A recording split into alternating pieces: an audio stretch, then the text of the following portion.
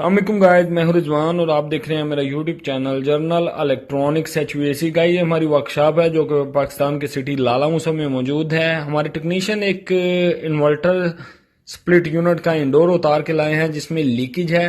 किस तरह इसमें लीकेज ट्रेस की जाएगी, किस तरह इसकी लीकेज को रिपेयर किया जाएगा, किस तरह इसके कूलिंग कॉइल जिसको वेपोरेटर कहते हैं उसको प्रॉपरली रिपेयर किया जाएगा और किस तरह उसकी लाइफ को बढ़ा सकते हैं, यानी उसमें ज्यादा अरसे तक लीकेज ना हो, वो किस तरह हम कर सकते हैं। एक डिटेल वीडियो आप लोग के साथ शेयर करने लगे हैं। उससे पहले गाइस जो हमारे साथ नए हैं उनसे रिक्वेस्ट है कि चैनल को सब्सक्राइब कर लें, बेल आइकन को प्रेस करके ऑल जरूर प्रेस कर लें ताकि हर आने वाली वीडियो का नोटिफिकेशन आप लोग को मिल सके। तो गाइस सबसे पहले इंडोर को ओपन कर लेंगे, इसका कूलिंग कॉइल ओपन करेंगे ताकि उसको प्रेशर दे के लीकेज ट्रेस की जा सके। किस तरह उसे प्रेशर देंगे, कितना प्रेशर देंगे वो भी आप लोग को बताएंगे और किस तरह हम उसकी लीकेज को ट्रेस करेंगे, लीकेज को ढूंढेंगे, वो भी आपके सामने सब कुछ होगा। वीडियो को पूरा देखें ताकि आपको प्रॉपरली समझ आ सके और इसके वेपोरेटर की लाइफ को किस तरह हम ज्यादा कर सकते हैं वो भी आप लोग को समझाएंगे। तो सबसे पहले हम इसका कवर ओपन कर लेंगे। तो गाइस इसका प्लास्टिक कवर जो है वो हमने उतार लिया है। ये हमारा वेपोरेटर सामने आ गया है। इसमें जो लड़के बता रहे हैं यहाँ पे लीकेज है, उन्होंने हेयर सरसरी चेक किया था, थोड़ा सा चेक किया था, तो इसलिए वर्कशॉप लेके आए हैं ताकि इसे प्रॉपरली चेक भी किया जा सके और प्रॉपरली रिपेयर भी किया जा सके। तो यू बैंड जो है वो बता रहे हैं लीकेज हो गए हैं।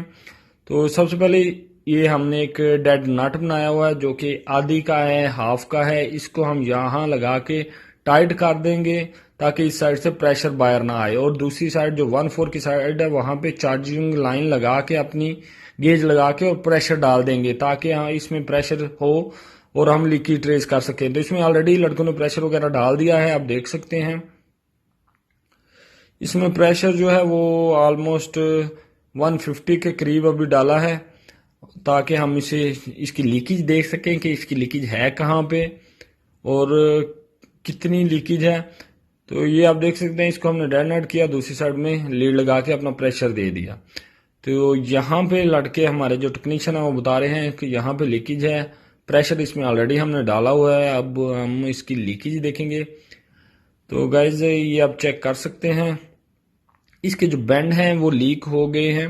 हालांकि 1-2 बैंड लीक हैं या 4 बैंड मैक्सिमम इसमें लीक हैं, लेकिन जब हम वो 4 बैंड को टांके लगा के वापिस इसे लगा देंगे, लेकिन ये उसके बाद कुछ अरसे बाद ही इसके जो बाकी बैंड हैं वो लीक होना शुरू हो जाएंगे। इसलिए हम कभी भी टांके या वेल्डिंग करके इसे नहीं चलाते, सारे बैंड काट देते हैं और हमेशा सारे नए ही बैंड लगाते हैं।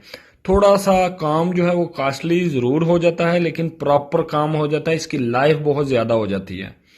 अभी तक हमने काफी सारे यूनिटों को इस तरह कर चुके हैं लेकिन किसी की भी लास्ट 3-4 साल 5 साल से कोई कंप्लेन वापस नहीं आई, ये प्रॉपरली वर्क कर रहे हैं। तो इसके बैंड सारे काट के हमने नए बैंड लगा के वेल्डिंग कर दिए हैं, सारे बैंड चेंज किए हैं। बैंड लगाने की वीडियो इसलिए हमने शेयर नहीं की क्योंकि ऑलरेडी यू बैंड पे हम काफी सारी वीडियो अपलोड कर चुके हुए हैं।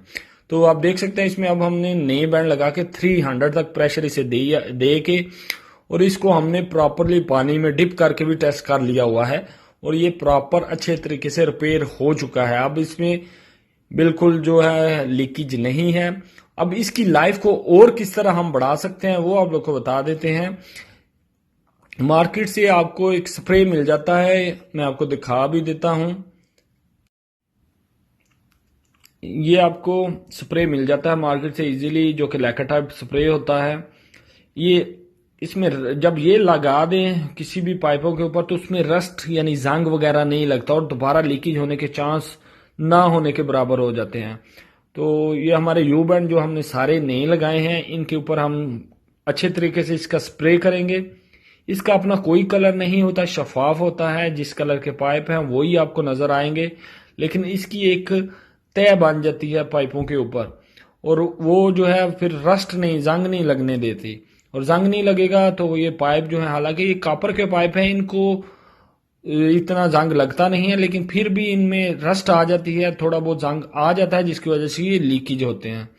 तो ये लगाने के बाद कोई ऐसी रस्ट नहीं आएगी, कोई जंग नहीं लगेगा। जब जंग नहीं लगेगा, रस्ट नहीं आएगी, तो ये लीकेज भी नहीं होंगे।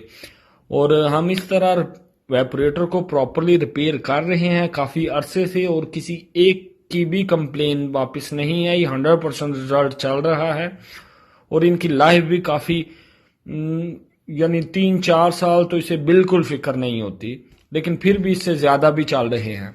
तो आप देख सकते हैं ये प्रॉपरली रिपेयर हो चुका है। इस तरह आप भी अपने वेपोरेटर को, कूलिंग कोयल को प्रॉपरली रिपेयर कर सकते हैं।